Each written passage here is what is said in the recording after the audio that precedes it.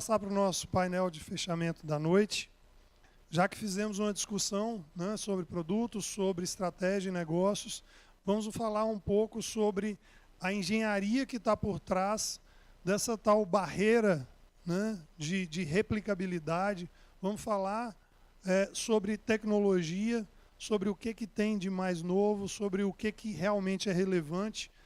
E nesse painel sobre inteligência artificial e machine learning, que eu convido para compor aqui o nosso painel, o moderador, o professor Wagner Meira, professor titular do Departamento de Ciência da Computação da Universidade Federal de Minas Gerais, PhD em Ciência da Computação pela Universidade de Rochester, além de mestre e bacharel em Ciência da Computação pela Universidade Federal de Minas Gerais.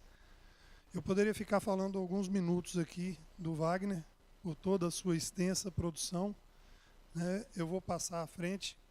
Esse mini currículo está disponível, né, no nosso site. Vou chamar também para compor o nosso painel um grande parceiro, Sérgio Passos, da Take, né, cofundador e CTO da Take, empresa onde é responsável por pesquisa e desenvolvimento, gestão de portfólio de produtos e arquitetura de software, experiência em inovação, e participa de eventos e fóruns sobre tecnologia e empreendedorismo, além de palestrante, investidor, mentor de startups, e também um grande parceiro nosso de ações junto à PUC. Vou chamar também, para compor esse painel, Márcio Cruz, da TOTUS, bacharelado em Sistemas de Informação, mestrando em Sistemas de Informação, linha de pesquisa Sistemas de Apoio à Decisão com Inteligência Artificial, consultor em BPM, Gestão e Estratégia, projetos da transformação digital, analista de negócios, consultor arquiteto, e vem falar um pouco para a gente sobre o que a TOTUS tem feito, né, e trabalhado em cima de inteligência artificial. Então, muito obrigado pela presença de todos. Passo a palavra, então, para o nosso moderador, professor Wagner Meira.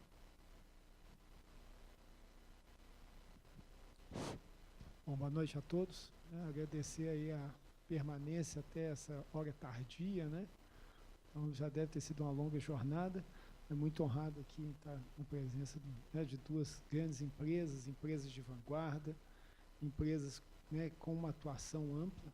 E hoje a gente vai tentar destrinchar um pouco essa questão de, afinal de contas, né, para onde que isso está indo, o que as empresas efetivamente estão fazendo e o que são os desafios que elas estão encontrando.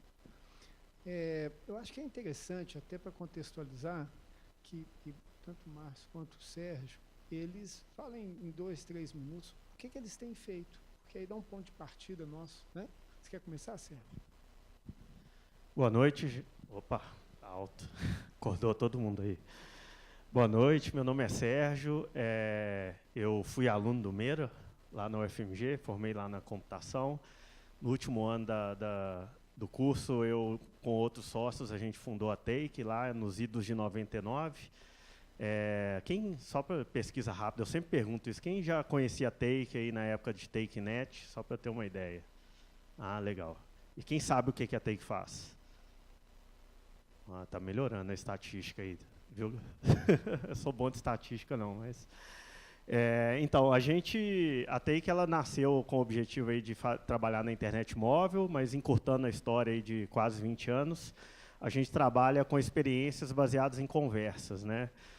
O nosso propósito é aproximar as pessoas das empresas para que a nossa experiência com as empresas ela seja tão agradável quanto a gente tem prazer em falar com outras pessoas, né? Vocês veem que não é um desafio fácil, não é um desafio muito simples de fazer, mas que a gente já tem tendo algum sucesso, né?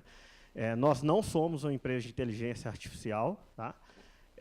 Mas, na verdade, a gente provê uma solução que ajuda as empresas a consumir os serviços de inteligência artificial, né, que é uma das peças do quebra-cabeça que a gente usa para montar esse novo canal de comunicação, né, que o mercado aí chama de chatbots. Lá na Take a gente gosta de falar mais sobre contatos inteligentes, né? Então, o nosso objetivo é que já aí nos próximos dias, aí, provavelmente, vai ser cada vez mais comum, né, a gente abrir lá o WhatsApp, abrir o Facebook, o Instagram, e no meio das bolinhas dos nossos amigos e parentes, a gente vai começar a ver bolinhas que, na verdade, são marcas de empresas, né? E a gente vai entender que, a qualquer momento que a gente quiser, a gente pode começar uma conversa com essa bolinha, da mesma forma que a gente manda uma mensagem para um parente.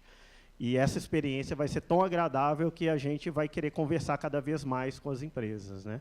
E a inteligência artificial, ela entra, primeiro, humanizando um pouco esse contato, porque hoje as empresas tentam fazer isso com pessoas e é cada vez mais caro e ineficiente fazer isso com pessoas, né? Então, o software vem para automatizar essa experiência.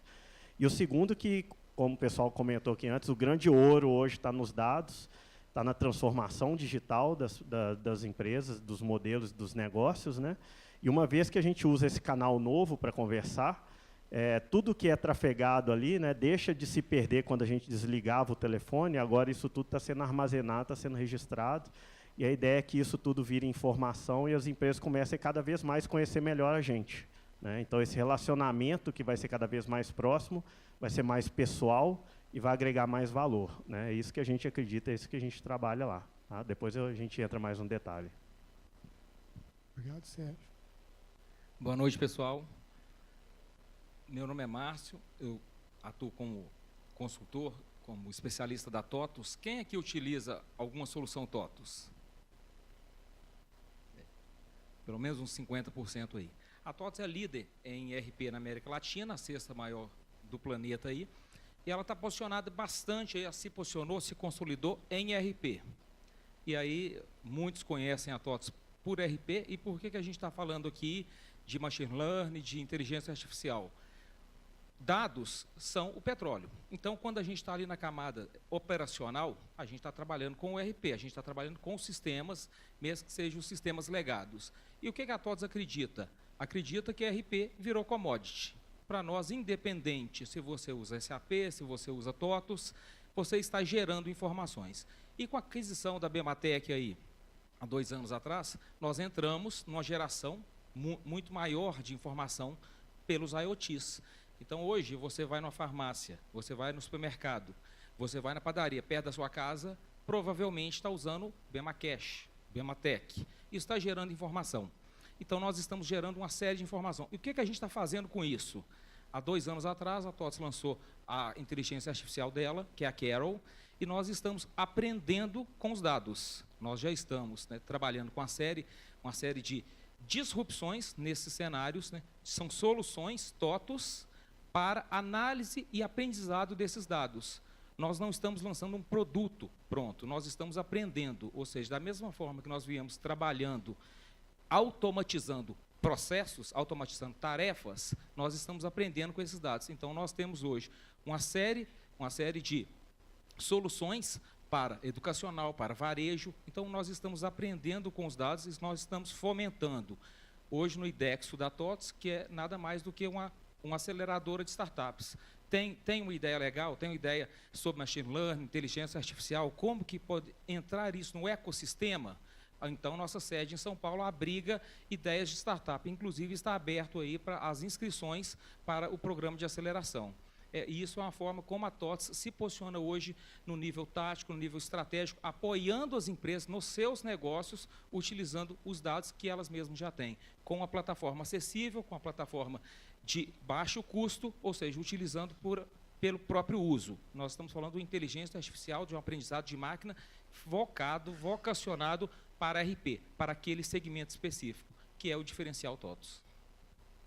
Obrigado, viu, gente? Acho que foi bem interessante, quer dizer, vocês vejam que são 2 empresas com uma atuação bem diferente, né? E eu acho que é isso que eu vou tentar explorar aqui um pouco no painel.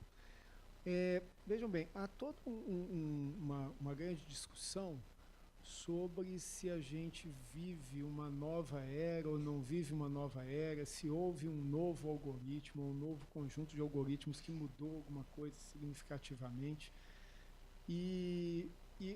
Essa é uma pergunta que eu sempre volto a ela, exatamente porque, na minha visão, sinceramente, para antecipar, eu acho que não houve, né? A gente vive um contínuo, esse contínuo ele vem evoluindo, e muito mais essa questão de um reconhecimento dos dados e da digitalização dos serviços é que tem impactado muito mais do que, efetivamente, alguma bola de cristal que tenha surgido por aí, tá? Então, eu queria ouvir um pouco, né, de novo de vocês, o seguinte: do ponto de vista de tecnologia, o que vocês têm usado é algo extremamente novo, disruptivo em termos de técnicas de algoritmos, ou a questão do processo, de lidar com os dados, do nicho de negócio, do encaixe, acaba sendo um fator preponderante? Alô? Então, a gente, falando especificamente do mercado que a gente trabalha, né, como eu falei, a Take constrói basicamente softwares que conversam com a gente para ajudar a gente a resolver problemas, né? A gente tem basicamente um primeiro grande desafio, que é a compreensão da linguagem, né? Eu preciso, através de um software, entender qual que é o objetivo das pessoas com uma determinada conversa e transformar isso numa ação que eu vou poder fazer em nome dela junto à empresa, seja consultar uma informação, executar algum serviço, né? Quando a gente fala desse primeiro desafio, que é a compreensão da mensagem, né, do texto que está sendo passado lá, realmente não tem nada muito de novo, né? São algoritmos que, na verdade, eles vêm evoluindo com o tempo, vêm evoluindo rápido, mas não houve nada disruptivo em termos de tecnologia. Eu acredito que a grande mudança, porque muita gente pergunta, por que chatbots hoje e não há 5 anos, 10 anos atrás, né? E a gente fala muito de uma revolução ao quadrado, né? A primeira é uma revolução da tecnologia, né?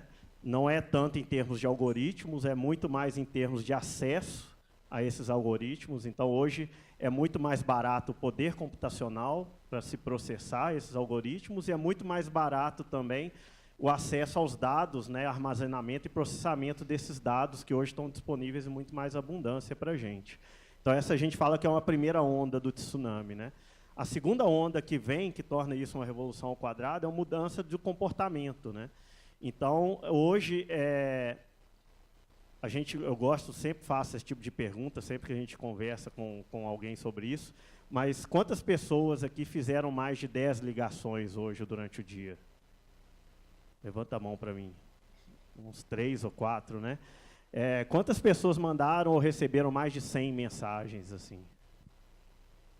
Quantas pessoas receberam um bom dia num grupo, assim, 5, 10 grupos, que a mãe mandou, perguntou como é que estava, né? Então, essa segunda onda é a segunda onda do comportamento nosso, né? Então, a gente está procurando mais utilizar esses meios de comunicação que a gente fala que são assíncronos, né, principalmente o WhatsApp aqui no Brasil, cada país tem um aplicativo desse, né? Essa mudança de comportamento, que é uma mudança que permite essa digitalização, somada a essa capacidade que a gente tem de processamento dessas informações e desses algoritmos de inteligência artificial, que trouxeram essa revolução para torna isso possível hoje, né?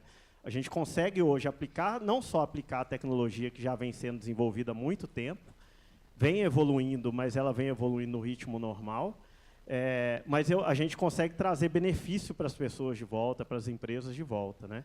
Então, esse é um ponto, é a questão do entendimento, eu conseguir entender o que as pessoas querem. E a outra não adianta eu promover uma conversa e prestar alguns serviços se eu não aprendo com essas interações, né? Então, quando a gente fala de transformação digital, uma coisa que a gente tenta falar com as empresas, na verdade, é que mais do que uma mudança de tecnologia e de processo, é uma mudança de mindset, né? Até então, o mindset era muito hardware. A gente brinca que o mindset das empresas era um hardware, né? Então, vou de novo dar um exemplo no mundo que a gente viveu, o mundo de telefonia móvel, né? Como é que as empresas inovavam na época que a Nokia era a grande líder desse mercado, né? Não sei se vocês lembram, há 10 anos atrás, a Nokia era a maior fabricante de telefone celular, ninguém imaginava que ela ia morrer, né? Hoje ela não fabrica telefones mais. Mas como é que ela lançava produtos, como é que ela interagia com o público e lançava inovações no mercado? Ela lançava um aparelho, depois de muita pesquisa, colocava esse aparelho na mão das pessoas, as pessoas utilizavam por um tempo, e aí, se, por exemplo, as pessoas davam algum tipo de feedback que um botão estava muito grande ou que uma tela não estava com resolução legal, o que ela tinha que fazer? Ela desenvolvia um novo projeto de pesquisa, testava isso com várias pessoas, fazia protótipos, no melhor dos casos, no ano seguinte, ela lançava um telefone novo, né? É o mindset de hardware. O que aconteceu depois do smartphone, principalmente depois do iPhone, né? Steve Jobs lançou um telefone, que na verdade o hardware dele é muito simples, né? Basicamente um botão, né?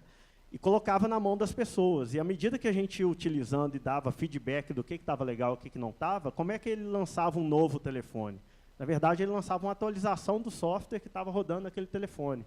E aquele ciclo de feedback e evolução que levava um ano, passou a levar semanas, né? A gente fala que a transformação digital hoje ela está muito focada nessa velocidade de entender o feedback das pessoas, incorporar isso e transformar a empresa. Então, as tecnologias, e aí entra muito a inteligência artificial para dar velocidade nisso, né? O pessoal estava falando muito de velocidade. Para que a gente tenha velocidade, a gente tem que ter uma capacidade analítica muito boa, a gente tem que ter muitos dados e a gente tem que fazer isso com velocidade, com um ciclo rágio de evolução mesmo, né? Então, a outra parte da inteligência que a gente usa, no nosso caso também, que está evoluindo, mas também não é nada, nenhum rocket science ainda, é a capacidade de a gente compreender o que está acontecendo nas conversas. Então, hoje a gente consegue tirar insights das conversas, que elas vão dar mais informação para a empresa sobre os consumidores, sobre nós, o que a gente gosta, o que a gente não gosta, os problemas que a gente tem, como é que estão as nossas experiências, e vão gerar insights para a empresa também, dos tipos de problemas que ela está tendo na operação dela, o tipo de produto que faz mais sucesso, o tipo de reclamação que ela está recebendo, né?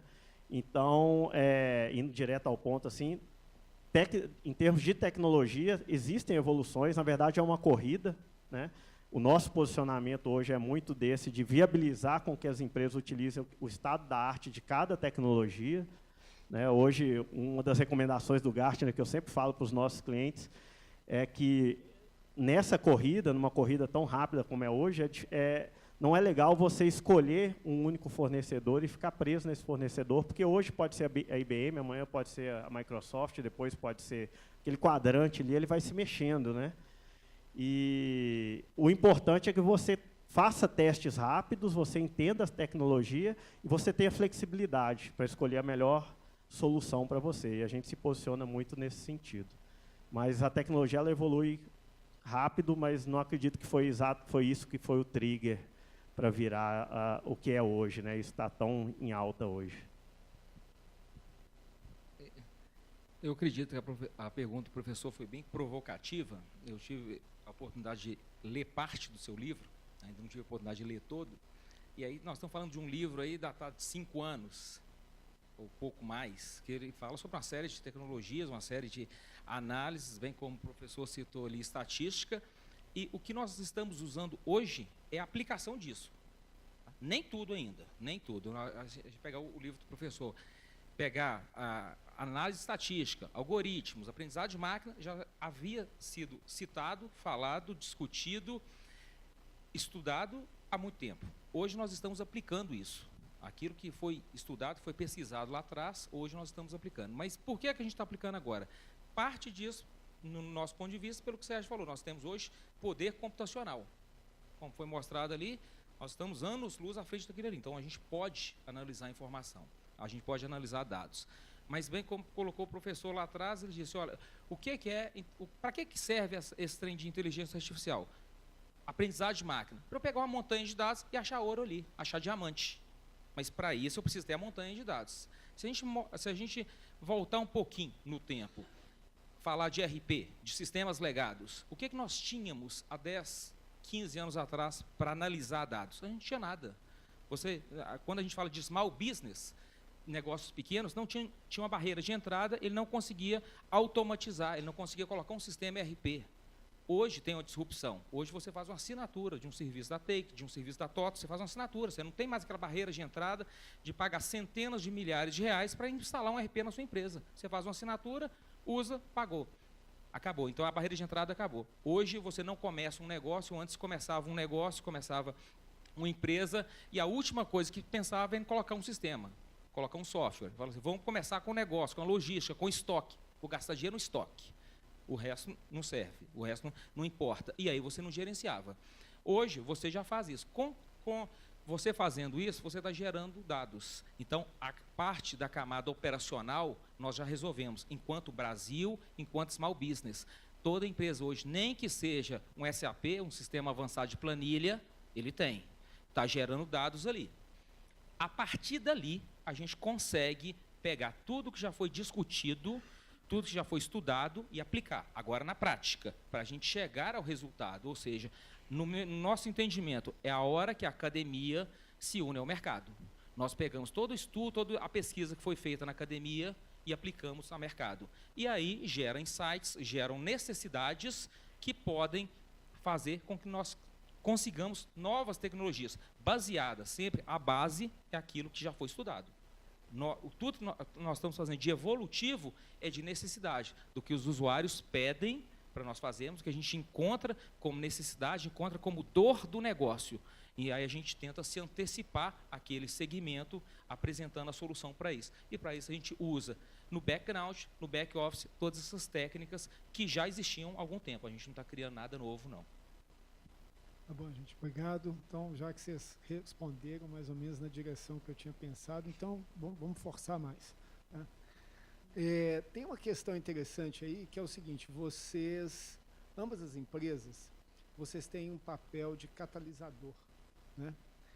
E esse papel de catalisador, ele tem dois lados. Ele tem o lado do catalisado, que acabou que vocês enfatizaram mais, mas eu queria olhar um pouco para dentro, né, tanto da TOTVS, que eu imagino que deva ter um número de funcionários bem maior do que a TEC, mas que também é uma empresa de médio e grande porte.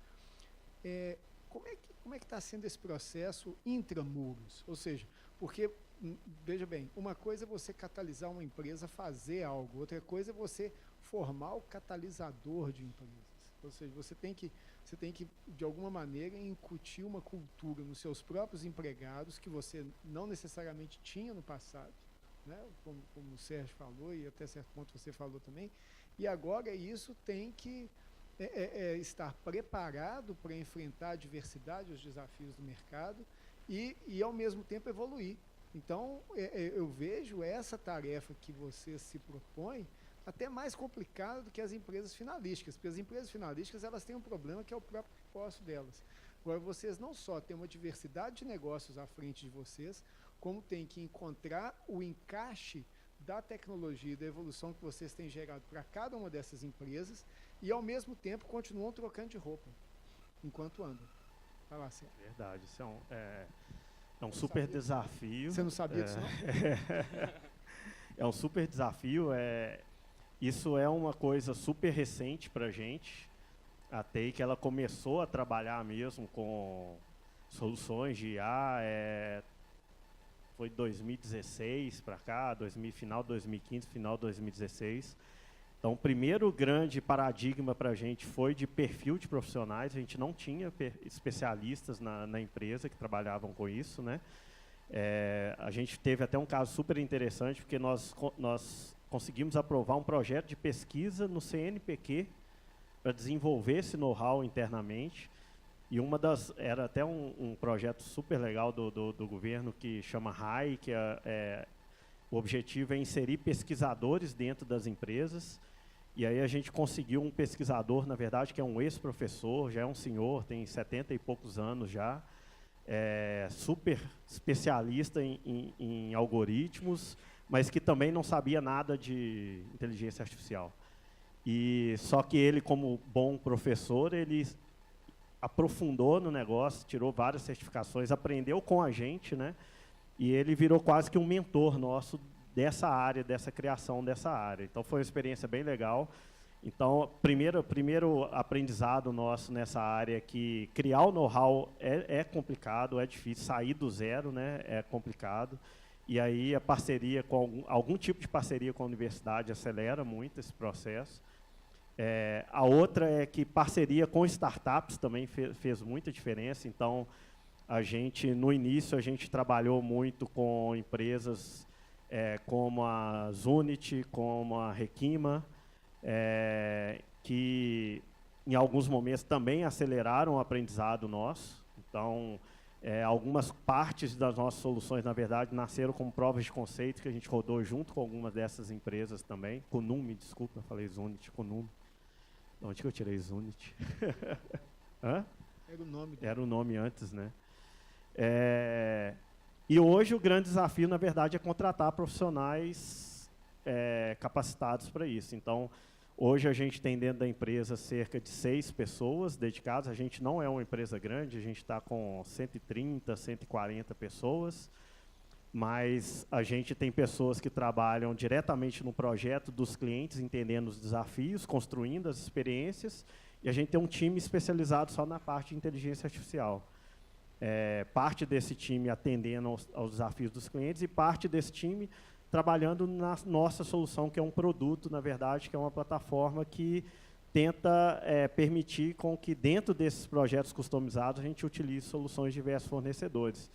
E aí entram também outras parcerias com empresas grandes, né? E aí entram parcerias com empresas como IBM, Google, Microsoft, que dão todo esse suporte para a gente, desenvolvimento desse know-how. Então, assim, são vários desafios, cada hora a gente passa por um. A grande vantagem é que é desafio para todo mundo. Todas as empresas, na verdade, a gente tem... antes a gente usava aquela história do... O pessoal até usou aqui, né, da expectativa e realidade, né? Agora a gente está usando a realidade com a margem de erro do Ibope para mostrar o que o pessoal acha que é IA e o que não é IA, o que é IA de verdade, né? Então, muito do trabalho nosso hoje, na verdade, é educar o mercado do que é inteligência artificial, o que ela pode fazer, o que ela não pode fazer, porque um dos grandes desafios é atender a expectativa. Então, quando a gente faz um alinhamento de expectativa, e aí, nesse caso, muitas vezes o papo é técnico mesmo, não é comercial, a gente precisa educar o pessoal das possibilidades, o que pode ser feito mesmo, para depois, então, conseguir entregar alguma coisa de valor dentro do que o pessoal espera mesmo. Acho que é um pouco por aí. Eu acho que o desafio aqui agora é a gente chegar vivo até o final do painel, que está vendo que as perguntas estão cada vez mais provocativas e mais profundas, né? Daqui a pouco a gente começa a ter um apagão de respostas. Da mesma forma que a gente está tendo um apagão de profissionais. Então, esse é o fim da história, vamos voltar no início. A pergunta do professor, bem provocativa, é: como é que você vende tecnologia, de onde você gera ela?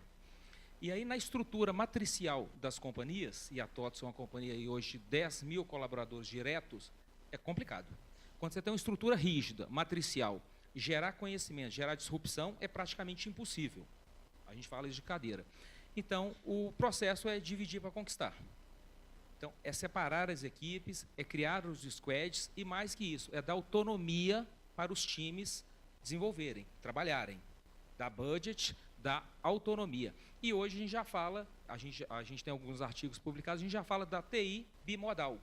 Ou seja, onde eu tenho uma parte operando com arroz com feijão. Eu preciso ter esse sistema rodando, eu preciso fazer a sustentação disso tudo, atender o ticket do cliente, fazer esse trabalho. E a outra parte da TI? A outra parte da TI está desenvolvendo inovação. Pesquisa e desenvolvimento sempre estiveram no nosso DNA. Sempre fomos parceiros Microsoft, sempre estivemos próximos à universidade. É aí da onde a gente tira as nossas ideias acadêmicas. E a outra parte, ouvindo o mercado. O que você precisa? Então, você ter o squad, você ter, lógico, hoje utilizando toda a metodologia ágil, mas você ter pessoas pensando, pessoas trabalhando. A TOTS, nesse interim, ela desenvolveu o centro de inovação, o Centro Labs, na TOTS Labs, na Califórnia, nos Estados Unidos, exatamente, olha, eu tenho um time ali totalmente híbrido, não só gente de TI, né, de TI são poucos, que é desenvolvendo e achando soluções para os problemas, porque dores tem, e dor nada mais é do que uma oportunidade de eu encontrar solução, porque eu não vou criar solução da minha cabeça, eu preciso encontrar solução para o mercado me demanda solução.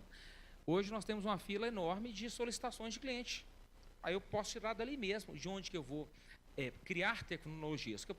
O objetivo do RP é criar tecnologias para um segmento, para um público. Da IA também, eu posso criar, apesar da gente trabalhar com a IA na personalização, eu posso ter uma plataforma que vai apoiar todo um grupo, todo um segmento. E é aí que a gente trabalha dentro de casa. A gente trabalha segregando uma parte da equipe, focada em pesquisa e desenvolvimento, olhando para aquela dor. Uma outra parte olhando para o operacional, para o dia a dia. Obviamente, por uma questão até de Scrum, uma questão de XP, a gente troca as equipes de vez em quando. Para quê? Para um aprender com a outra e aí eu ter um time homogêneo ali, naquele sentido de inovação, de disrupção do próprio mindset. Tá bom. Então, Aceitou, né? Aceitou. 5. Pega aí, vamos lá. Vejam bem, eu entendo assim que a gente tem um processo em curso, né? E ambas as empresas, até certo ponto, atestaram isso. Mas, assim, na verdade, tem uma dúvida que eu queria entender até que ponto que vocês veem que isso está mudando ou não, que isso ainda as questões continuam as mesmas, ou se a gente tem um processo em curso. Eu queria tentar levar para a audiência um pouco até que ponto que tenha alguma coisa mudando, né? Ou seja, que as forças, né, que estão por trás do funcionamento e do bom funcionamento e da boa aplicação da efetividade dessas tecnologias e desses processos nas empresas clientes de vocês têm funcionado. Então, qual que é a minha pergunta? A gente tem um conjunto, né, não é exaustiva essa lista minha, mas é um conjunto de fatores, alguns a gente já tocou aqui hoje, outros eu não toquei tanto, mas palestra anterior tocou, que você pode atribuir como sendo assim, qual é, vou fazer uma lógica, né, eu não sei há quanto tempo que a TOTVS está investindo, mas até por uma questão de justiça, né, como o Sérgio falou que ele está mexendo com isso há 2 anos, eu vou usar um horizonte de 2 anos, um horizonte bem curto, né? Ou seja, é algo que já está ali na mão de vocês, nesse momento, trabalhando, que, assim, o que é o grande desafio? Né? São os dados, é o custo, é a cultura intra-empresa, é a cultura no cliente. Ou seja, se você pudesse fazer uma ação para melhorar esse cenário e fazer esse cenário avançar mais rápido, ser mais efetivo, ou alcançar mais vamos dizer, os objetivos da empresa, né, desses vários objetivos que foram colocados. Qual que seria essa ação? Eu dou uma ação só para cada um. Você tem uma só. Ou você vai promover capacitação, ou você, por exemplo, vocês fizeram uma coisa, vocês abriram um laboratório na Califórnia, vou dar uma ação. Né? O que um gargalo que está ali iminente, que vocês já estão vendo, que já está acontecendo, e que vocês têm que fazer alguma coisa para não encalhar no horizonte de 2 anos. Difícil, hein? Eu acho que o gargalo maior hoje não é nem tanto em termos de tecnologia, eu acho que é muito em termos da expectativa mesmo. Então, hoje, se eu pudesse escolher um problema de todos que a gente tem, na hora de fazer um projeto, por exemplo, começa pequeno na verdade, começar não é a grande dificuldade nossa hoje não, porque o mercado está demandando, né? Só que quando a gente começa, a expectativa é aquela lá do super robô que vai fazer tudo, vai resolver todos os problemas, mas a principal expectativa é que ele vai ser um ser autônomo, que ele vai aprender sozinho, que ele vai evoluir sozinho. Todo mundo entende que ele começa uma criancinha e que ele cresce, que ele vai ficando mais inteligente. Quanto mais dado eu dou, mais inteligente ele fica. Mas, no nosso caso específico, esse é um processo supervisionado. Ele depende de pessoas ensinando a IA a ficar mais inteligente. E a expectativa do mercado é que eu vou colocar um robô, esse robô vai começar a conversar com as pessoas, e quanto mais pessoas eu coloco para conversar com ele, mais inteligente ele fica. Hoje ele responde 100 perguntas, ano que vem vai estar respondendo 5.000 perguntas, magicamente. E na prática não é isso. Na prática é até um negócio que é legal, porque muita gente acha que o robô vai vir e vai tirar emprego de todo mundo. Na verdade, a gente está transformando empregos, né? A pessoa que antes era um atendente no call center, hoje a gente fala que ele é um professor de robô. Ele fica aprimorando ali o trabalho do robô para que ele seja cada vez mais assertivo. Então, se eu pudesse tirar uma trava hoje, é a trava da expectativa. A gente entra na empresa, a gente implanta o projeto e as pessoas esperam um retorno daquele investimento muito mais rápido do que a tecnologia realmente é capaz de entregar. E naquelas empresas onde a gente tem as pessoas que entendem que para isso acontecer precisa de investimento não só no setup do negócio, mas no processo de aprimoramento da tecnologia, eles conseguem ter resultados muito mais rápidos do que aqueles que só enxergam o investimento inicial e não enxergam o investimento ao longo do tempo. O que a gente está fazendo para resolver esse problema? A gente está tentando trazer mais ferramentas que, por mais que o processo continue a ser supervisionado, precise de pessoas para fazer essa evolução, o trabalho dessas pessoas seja cada vez mais otimizado. Então, por exemplo, no nosso caso específico, o projeto ele começa muito com pessoas olhando as conversas que o robô está tendo com os clientes e ensinando para o robô onde que ele está acertando e onde que ele está errando. E isso vira informação de novo para o robô ir aprendendo com os acertos e principalmente com os erros, né? Só que esse trabalho no início era muito manual. Hoje a gente consegue já direcionar um pouco o trabalho desse professor para que ele não precise, por exemplo, ficar olhando todos os logs de todas as conversas. A gente indica exatamente para ele aqueles casos onde a gente acha que ele deveria estar olhando, que é mais possível do robô ter errado e onde ele tem que corrigir o trabalho. E a gente acredita que, em algum momento, nós vamos evoluir para alguns modelos onde a gente vai começar a fazer isso com base no feedback das próprias pessoas. Então, a pessoa fez uma pergunta, o robô respondeu, a pessoa concordou ou não com aquela resposta, esse feedback também vai ajudar no processo. Então, a gente tenta acelerar, por mais que ainda seja, a gente precise das pessoas, a gente vai tentar aumentar a produtividade para que a gente encurte esse tempo entre o investimento e o retorno. Então, hoje, o principal entrave nosso não é tecnologia, é alinhamento de expectativa e alinhamento de retorno de investimento, tempo para ter o retorno de investimento. Concordo demais com o nosso amigo aí. O principal entrave não é tecnologia. Tecnologia nós temos, nós desenvolvemos. E já que você falou da expectativa, concordo contigo também. A barreira de entrada que eu vejo, no horizonte de 2 anos para cá, a quantidade de informação, aí não são dados, de informação que temos é absurda.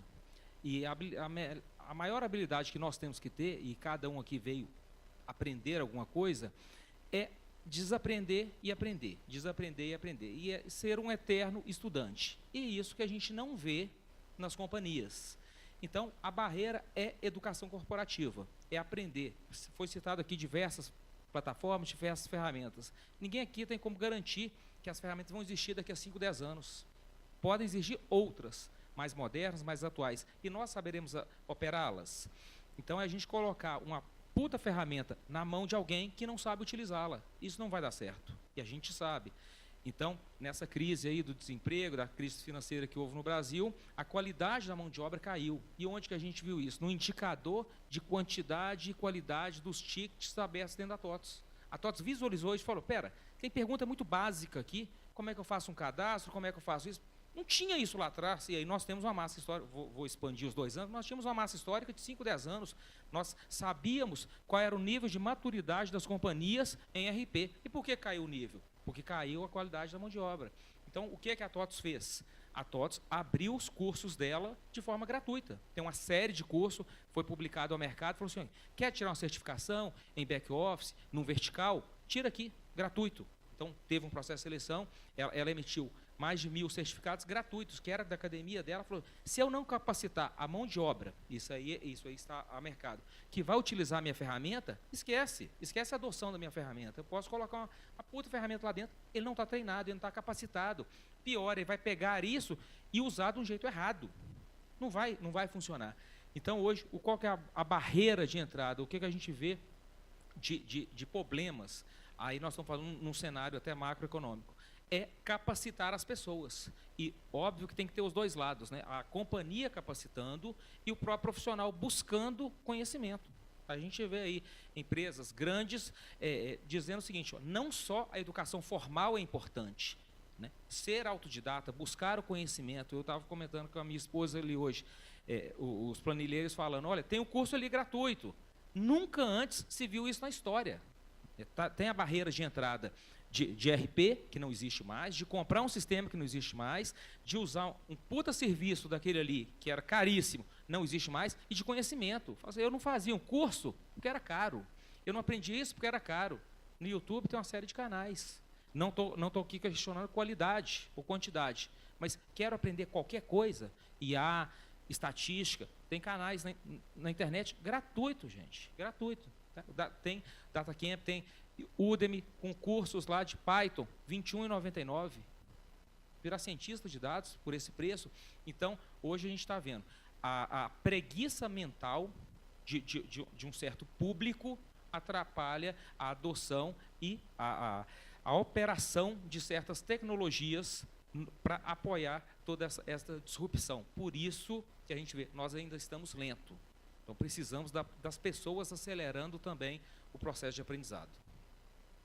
Eu vou só, antes de abrir para as perguntas, eu não vou resistir a fazer uma última pergunta aqui. Tá Existe o risco que você se transforme em empresas de educação?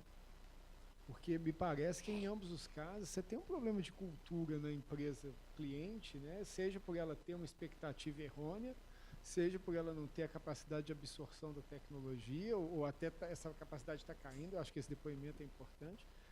E como a tecnologia não é problema, será que daqui a pouco vocês vão virar, sei lá, babá de empresa? Uma coisa assim? Hoje a gente faz um pouco esse papel já, né? A gente, no nosso produto, a gente tem um modelo gratuito de uso, né? Como todo SaaS que se preze. E a gente tem hoje, a gente bateu semana passada 10 mil usuários nessa comunidade que a gente chama, que é uma comunidade o produto chama Blip, né? Blip Community lá. E um dos principais, a gente tem um negócio que era inimaginável para a gente há 3, 4 anos atrás. Hoje a gente tem evangelistas, que o único trabalho dessas pessoas é ir no mercado e educar as pessoas do que a tecnologia pode fazer, como que eles podem aplicar. Eu acho que a grande dificuldade, e quando a gente fala de profissionais também, um dos grandes perfis, né, um dos perfis que a gente tem mais dificuldade de trazer hoje em dia é um pouco do papel da pessoa como se fosse um arquiteto de soluções. Ele não é especialista na tecnologia, ele não sabe como é que a caixa preta funciona, mas ele sabe pegar aquela caixa preta e pegar um problema e resolver ela com aquela caixa preta. Então, ele sabe aplicar a tecnologia, uma pessoa que sabe aplicar a tecnologia. E o perfil que a gente vê que está faltando muito nas empresas é essa. A tecnologia está disponível, a informação está disponível, tem um monte de dado na empresa. Às vezes, falta o profissional qualificado que consegue pegar aquele dado e transformar aquele dado em alguma coisa útil para a empresa.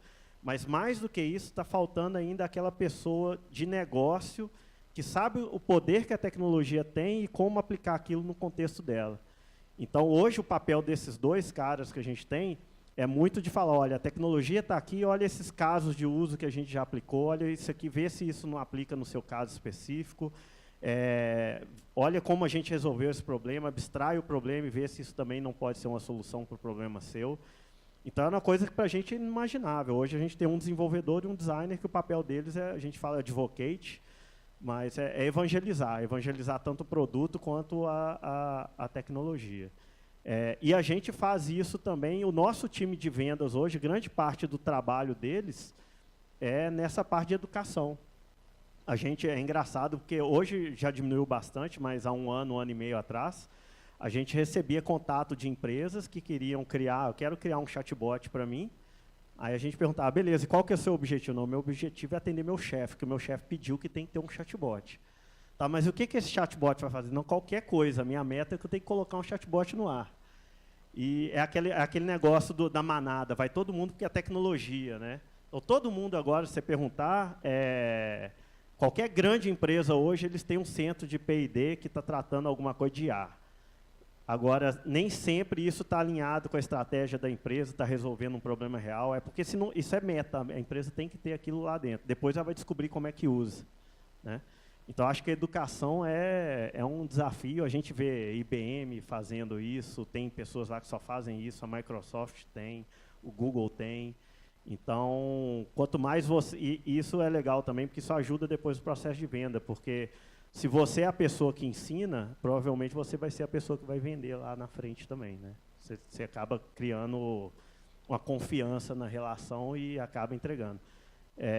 Tanto que a gente já teve empresas que a gente ensinou, a empresa adotou uma solução concorrente apanhou com a solução, porque ela não conseguiu aprender mesmo, e aí ela vendo, pô, você me ensinou como usar, então eu prefiro que você implemente para mim, né?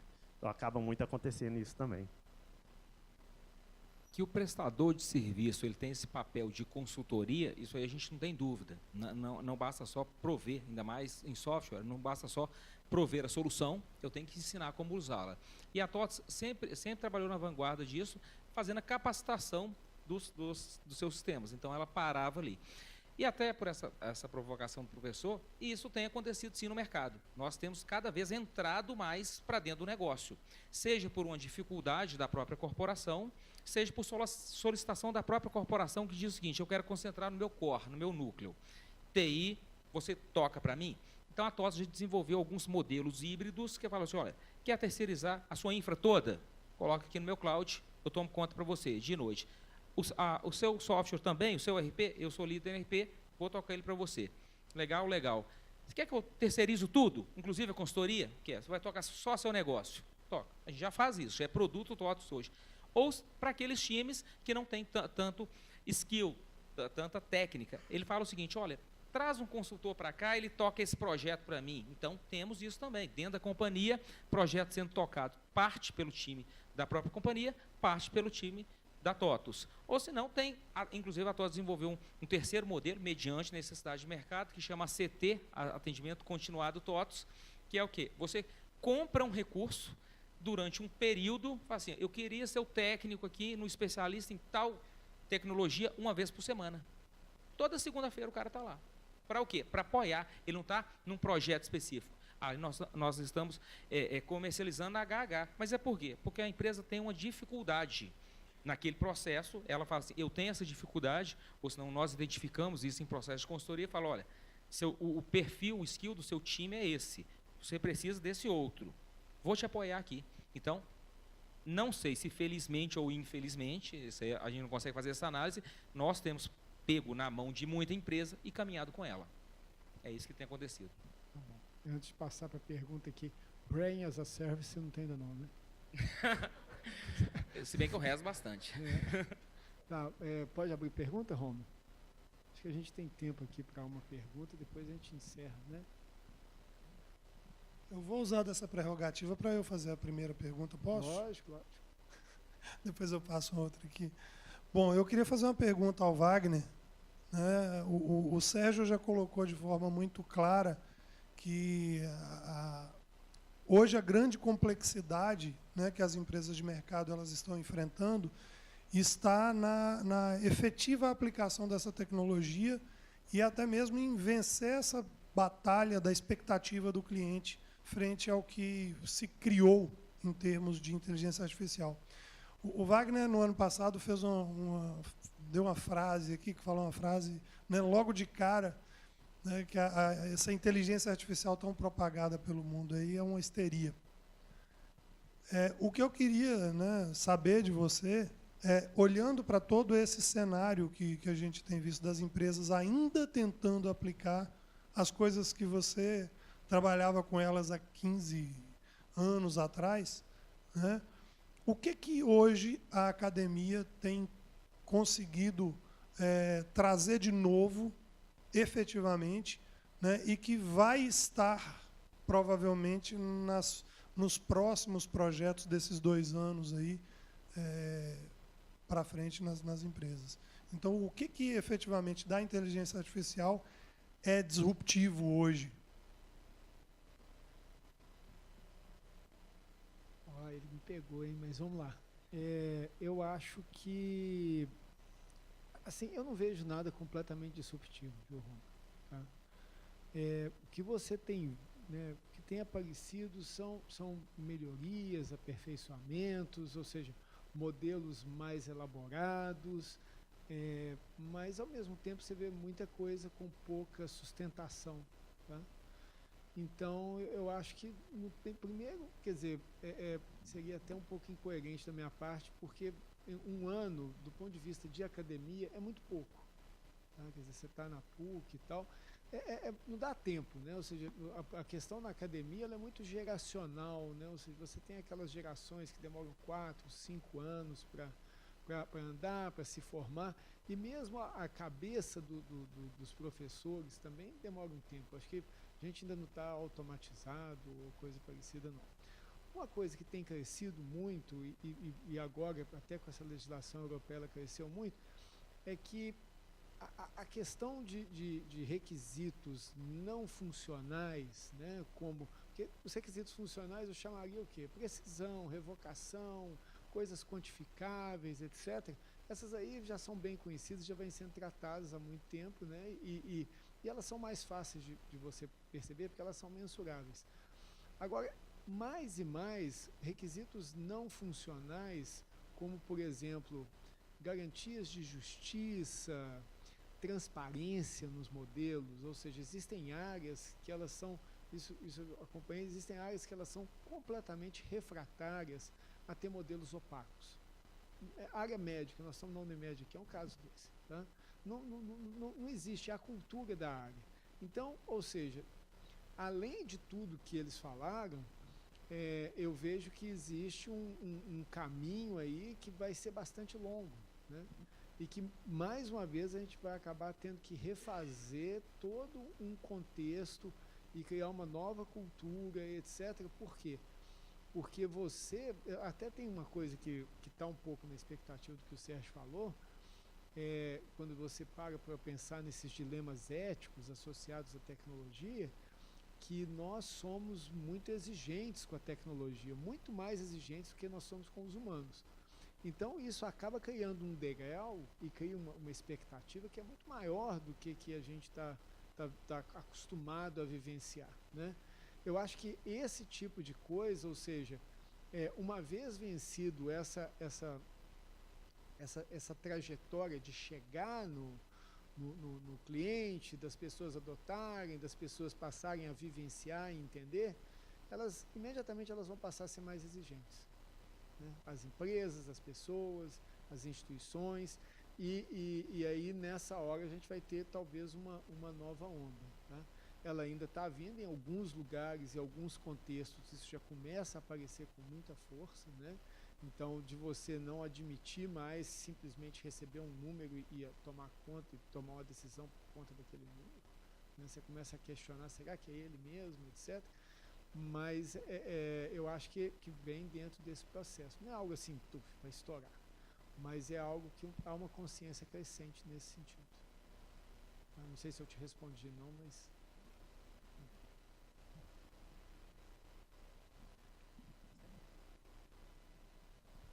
Eu queria fazer uma pergunta para o Sérgio. Manda. Eu trabalhava com RP e fiz uma migração há uns anos atrás, uma década, para esse mercado de BI, eu sou consultor de BI. E agora eu tenho visto, e ele falou que é commodity, né, RP? E agora eu tenho visto que tem uma nova tecnologia e a área de BI tem sido vista como já uma tecnologia antiga, não vou dizer antiga, mas anterior. E a inteligência artificial agora né, e tudo que vem, data science, que tudo que vem é novo. Mas como eu vivi muito essa parte de RP, e eu vi muito projeto de RP, implantei muitos projetos de RP, e demorou muitos anos para que as empresas, e eu visse nas empresas resultados concretos. As empresas ganharem competitividade, ganharem dinheiro com essa implantação desse sistema totalmente integrado, que veio de RP, CRP e tal.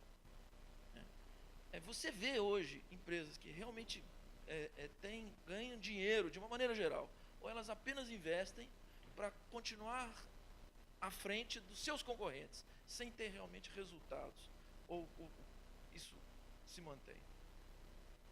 A gente, até no ano passado, a estratégia das empresas era muito inovação. O pessoal queria ter como vantagem competitiva, mas não porque estava gerando algum retorno, mas porque estava realmente um passo à frente, alguma coisa assim, né? No nosso caso de chatbot, acontecia isso muito também. Então, era aquele negócio meio que briga de banco, né? A Apple lançou o Itaú lançou o Apple Pay, e o Bradesco fica lá se coçando para lançar o Apple Pay no mês seguinte. Enquanto ele não lança, não interessa se 1% dos correntistas vão usar, mas se um lançou, o outro tem que lançar. Até o ano passado estava muito isso. Esse ano já começou a inverter um pouco, porque o pessoal viu que eles fizeram um investimento na inovação e agora começou a vir a cobrança por resultado. Então, e no nosso caso específico, o resultado ele é muito mais fácil de mostrar como redução de custo do que como nova receita.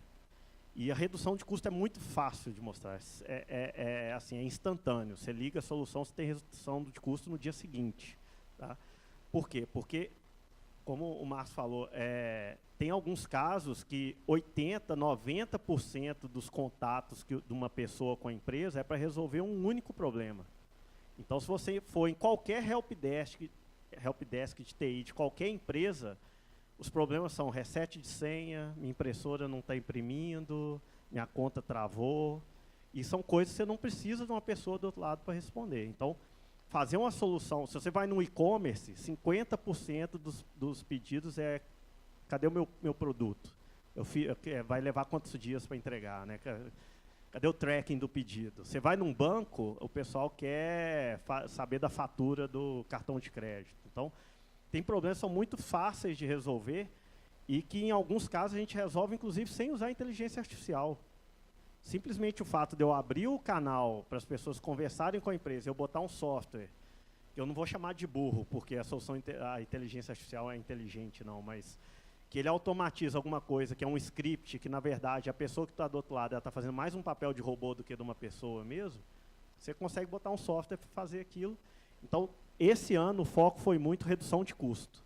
Então, a gente trabalhou com muitas empresas que começaram a fazer o primeiro nível de atendimento com o sistema automatizado, que pega o script que o atendente fazia e botou o robô para fazer.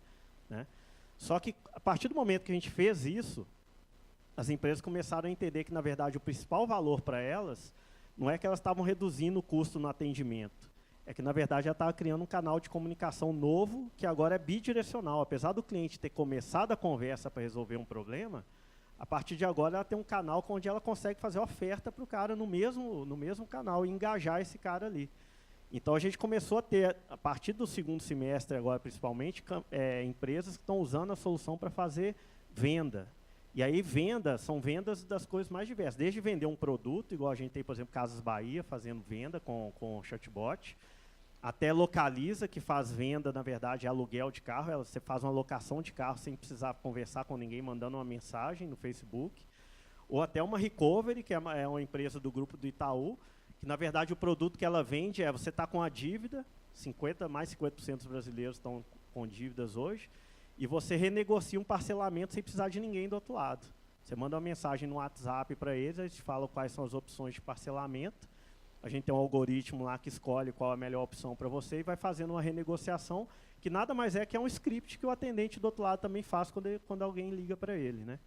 Então, assim, a gente está vendo resultados, só que eu acho que o grande resultado mesmo as empresas ainda não viram, que é pegar essa massa de dados e tirar inteligência para o negócio, que aí volta a história do BI. Só que um BI um pouco diferente, que o legal da inteligência artificial, que eu vejo comparando com o BI, é que o BI ele era muito bom para responder perguntas que a gente gostaria de responder. Então, o executivo ele fazia perguntas para o sistema. Eu quero saber isso, quero saber aquilo, qual loja vende mais, qual o preço médio de produto, qual que é a tendência disso, qual a tendência daquilo. E hoje o que as empresas esperam são mais insights, né? Não que o BI não gere, o BI gere também, mas a visão que as empresas têm do BI é muito aquele assistente do executivo, que vai ajudar ele a tomar decisões, então ele vai fazer perguntas e é aquela inteligência que vai trazer as respostas. E a parte da IA, do Machine Learning, é muito de insight. Você não vai perguntar, ele vai te falar antes de você perguntar. E para isso você tem que ter um volume muito grande de dados, e a gente já tem. E as empresas, eu acho que elas ainda não perceberam isso, que o grande valor está nisso. Então, o executivo vai começar a tomar decisão em cima de coisas que ele não fazia ideia. E aí vem o que o Wagner falou. Até que ponto ele está confiante em tomar uma ação em cima de uma recomendação que ele não faz a menor ideia de onde saiu aquilo, né? Às vezes o cara vai falar com ele, Casas Bahia, fecha a loja do centro e abre uma lá na Caetés. Porque vai dar 50% a mais de venda do que essa loja aqui. O cara vai olhar para aqui, pô, só com isso eu vou abrir uma loja nova, quero saber por que isso, né? E muitas das vezes a IA hoje não vai saber explicar. Alguns algoritmos nossos simplesmente vai recomendar e a gente não sabe por quê. Né? E alguns casos, como a medicina, é difícil. Pô, você vai fazer um diagnóstico só com base nisso, às vezes é muito pouco, né? Bom, me permita interromper aqui. Nós temos uma pessoa com Ford Ka branco no estacionamento, que talvez esteja aqui, e o estacionamento ele está fechando. Então, precisaríamos que essa pessoa retirasse o carro de lá. Ok? Bom, creio que não estamos aqui com essa pessoa.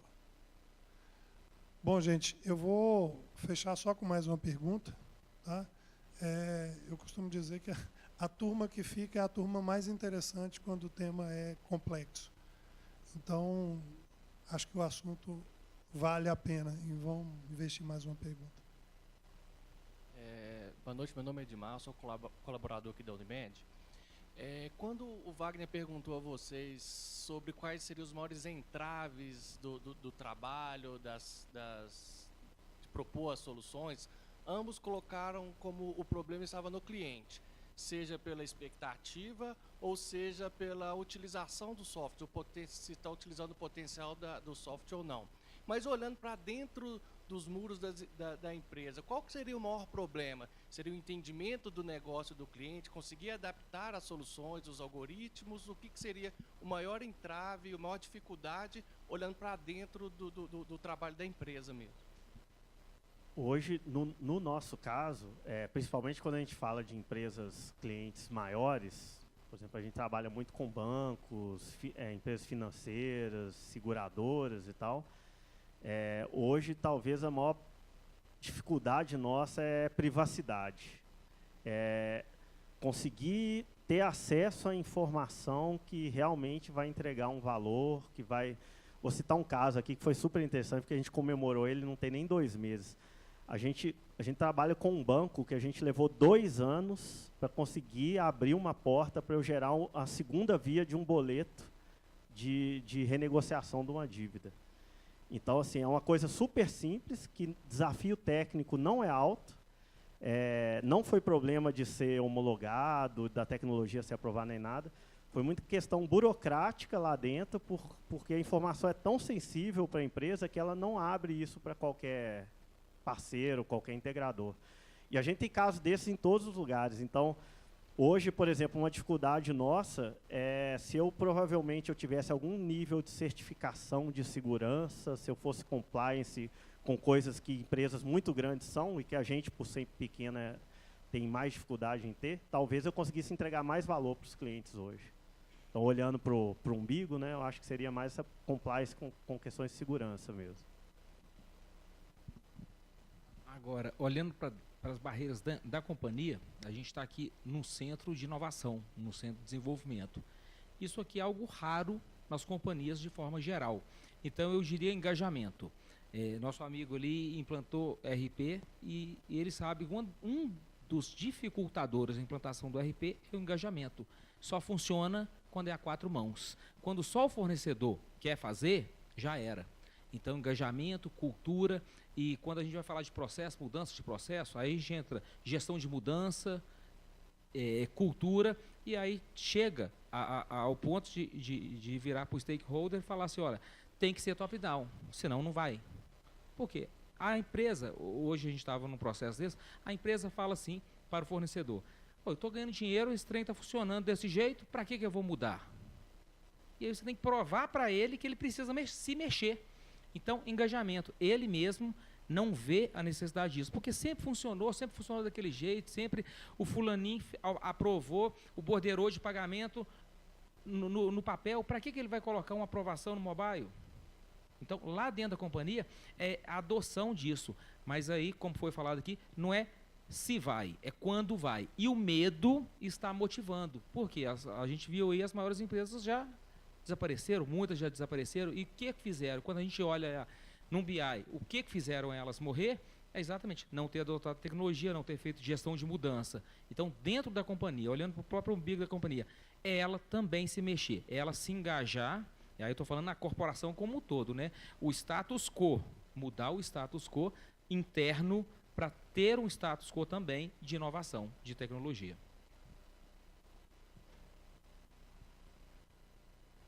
Fala, Romulo. Por favor, Podemos concluir? podemos concluir. Ah, tá. Bom, então vou pedir para o Sérgio fazer suas considerações finais, brevemente, né?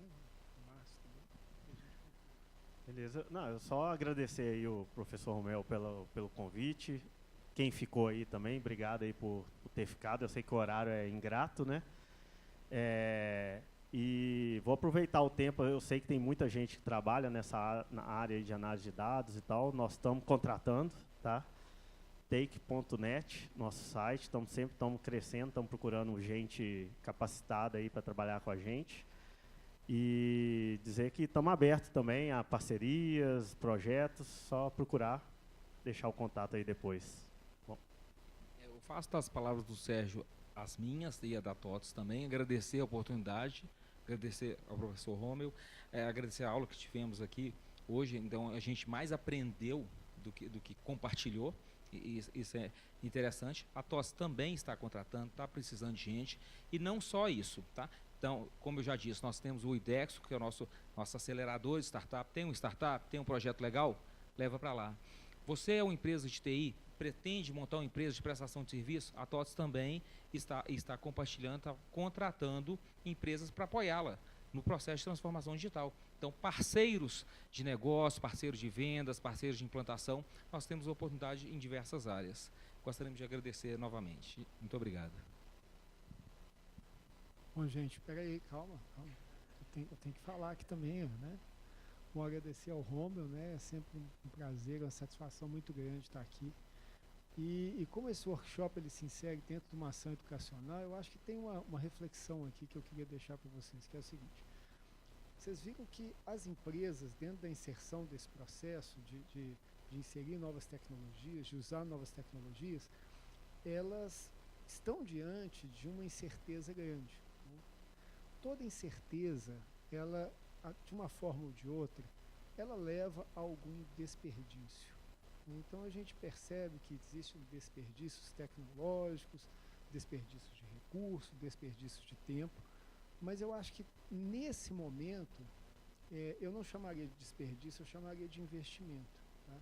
Um investimento de que as pessoas elas têm que ampliar o seu horizonte, ampliar a sua aprendizagem, porque elas não têm ideia de com o que elas vão se deparar em 2, 3, 4 anos. Não é simplesmente a educação formal. Ele mencionou aqui essa questão, foi mencionado no painel anterior que as pessoas não sabiam o que era média. Tá?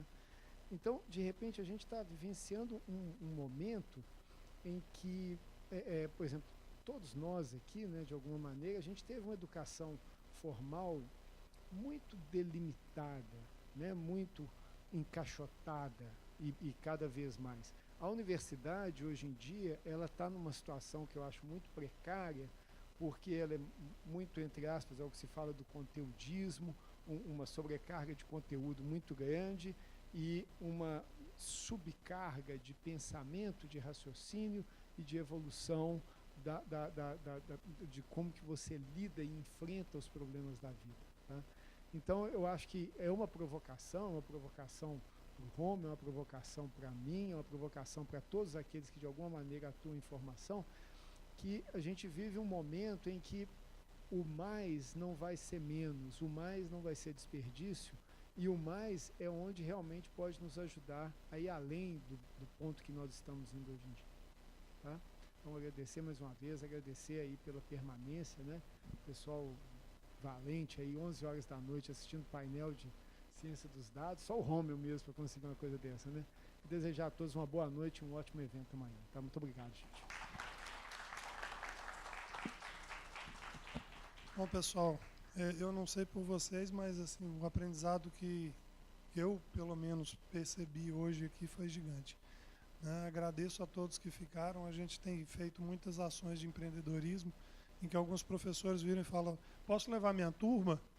Aí a gente fala, não, porque a gente não quer quem vai lá receber uma presença, a gente quer quem está interessado por aquilo. Né?